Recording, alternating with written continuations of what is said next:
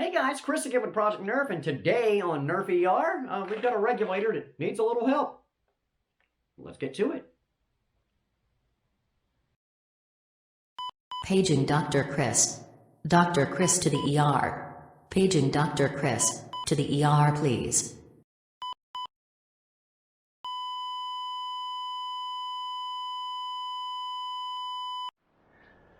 Alright guys, this is a customer's blaster, a commission repair. Now they have, besides one of the coolest freaking paint jobs I think I've ever seen, isn't that thing sweet?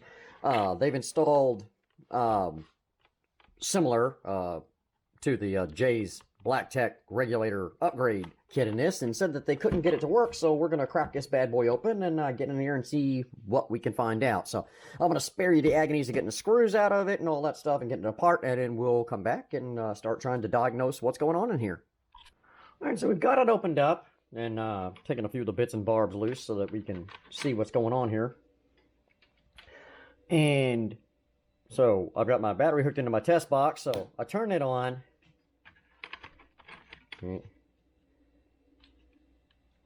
Holding the top hat button, holding the rev button, and nothing seems to be going on here.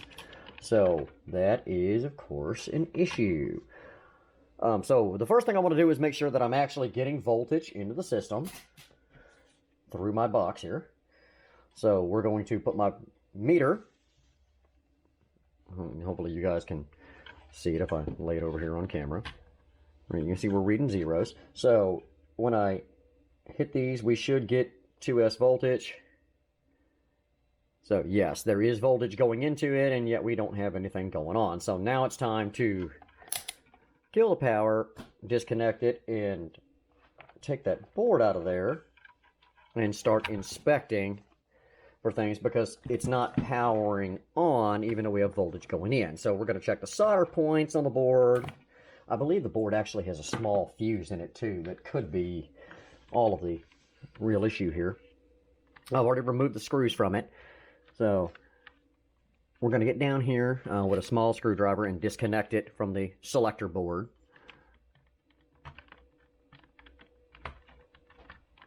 Let's pop that little plug off of there. There we go. That'll buy us a little space, and I'm also going to take the trigger off so I can have a little more room to work with stuff and play with it here.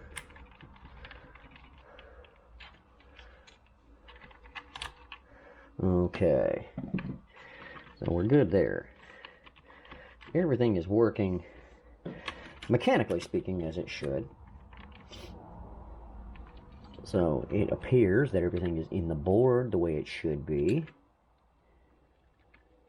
But I want to say that's the little fuse right there. Right here. I'll try to get you guys in on that a little closer.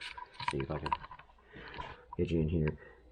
Right here at the end of my finger, I believe, is a little fuse. So the first thing that we're going to do is put the meter on that.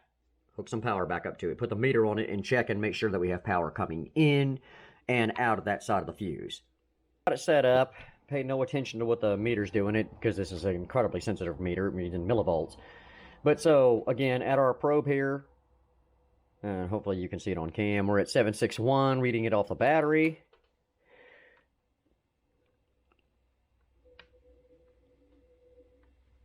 .761 coming in.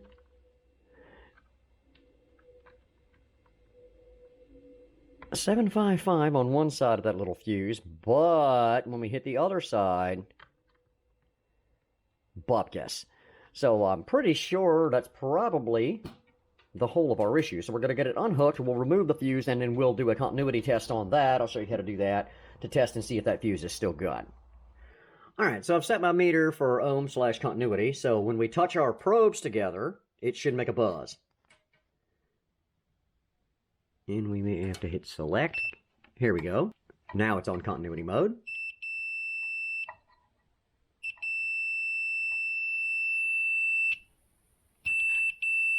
So, I've got the fuse here kind of just held in place with my tiny needle nose pliers, and this fuse is tiny. But we're going to touch both sides of it. If the fuse is good, it will buzz like that. If it does not buzz, that means the fuse is bad, which I suspect is the case, and why the blaster's not getting any power. If I touch, let me see if I can do it for you.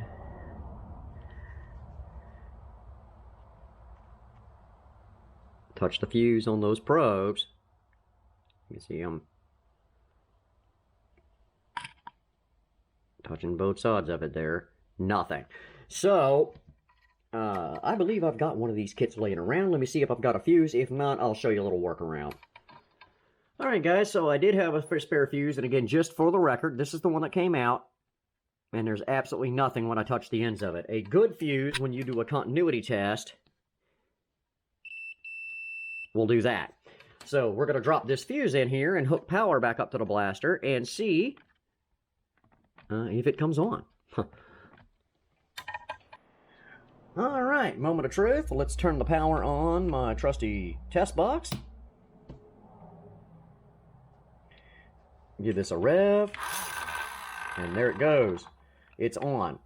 No, it's showing that we're running a 2S LiPo, which is correct. That's the 7.7 flashing.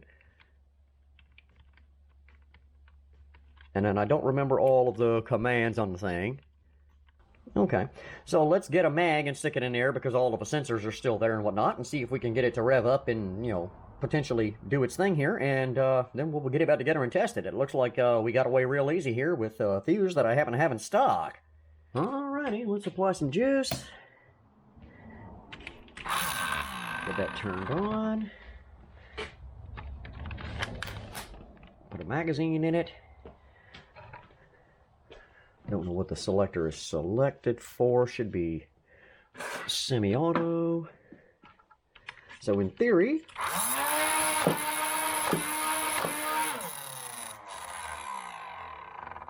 sounds to me like something's rubbing in that cage, guys. We may have to dig in there a little deeper and sort a few things out.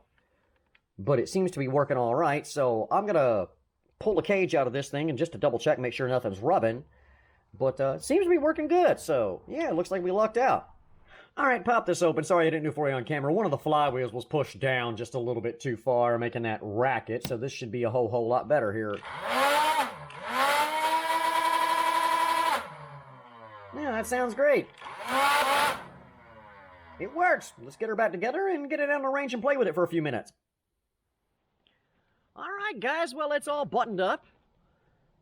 And looks great. I threw my stock on here because I wanted it to really show off here. Great little front end swap here. That's a really nice kit. I don't know if this folding front sight was broken in transit or if it was broken when it got here. Or before it got here rather, but I went on ahead and fixed that. I also, this little barrel end, the little muzzle brake, was really narrow up here, and it was kind of interfering with darts coming out, and I really liked the look of it, so I went on ahead and drilled the end of that out so it's nice and wide, so that way, hopefully, it doesn't interfere with darts. Anyway, I've got a 12-rounder loaded up with some AccuFakes, and behind me here, hopefully you guys can see it out there, we're about 35 feet away, give or take, from my target setup there. Sorry, haven't rebuilt the range yet. I'm getting to it. But anyway, we're going to take a few shots on semi, then a couple of shots on 3-shot burst, and then we'll switch out to a bigger mag and, do some full auto stuff. Anyway, let's see if we can hit something. P.S. This could get a little loud for headphone guys. Anyway, let's do some semi. 3 for 3 there. 3-shot burst. Nice. Dump the mag. Go to a 22 with AccuFakes in it. Set it to full auto and let's see what we do here, guys.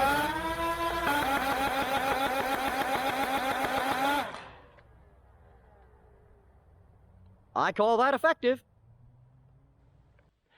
Alright guys, yeah, it works. And I really love the way this blaster looks. It is so slick.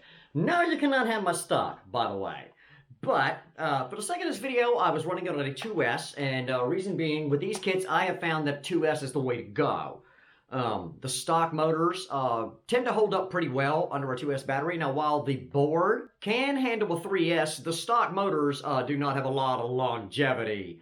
under a 3S light mode, guys. So 2S works well, the motors hold up okay, you get a much improved rate of fire, and about 90 FPS, so, makes it a great HVZ blaster. And again, just a couple of the other smalls. Again, we soldered up his XT60 after we got everything working right. We fixed this front sight post for him, and then I wallered out the end of this muzzle brake because it was actually catching the darts and they were just farting out the end of the barrel. So anyway, we fixed all that stuff. Again, it looks great. He's working great.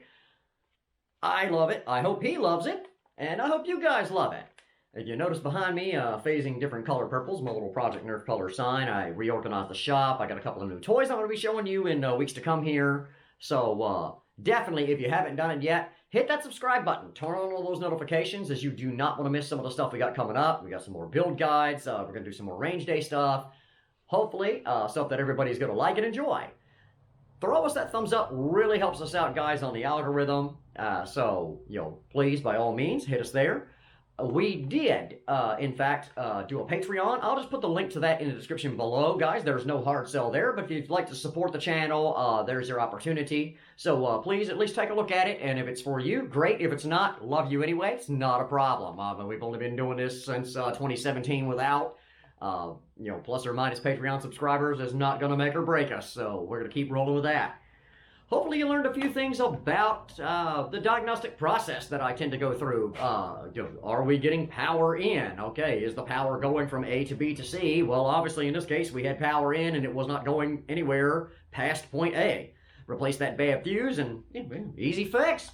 So, I know my commissioner will like it. It saves him a bunch of money on bench time. So, guys, in the description box below, I'll put our email address if you want to drop us a line. Links to the Facebook page, links to the shop. A little sparse right now. Bear with me on that. Just now getting back into it after, the wedding and everything. Yes, rocking the Baby Yoda silicone ring. Hopefully you guys can see that. So that's pretty sweet. And as always, guys, I will put the fan mail address if you want to write something and send it in. Guys, till next time, this is Chris for Project Nerf saying, have a blast.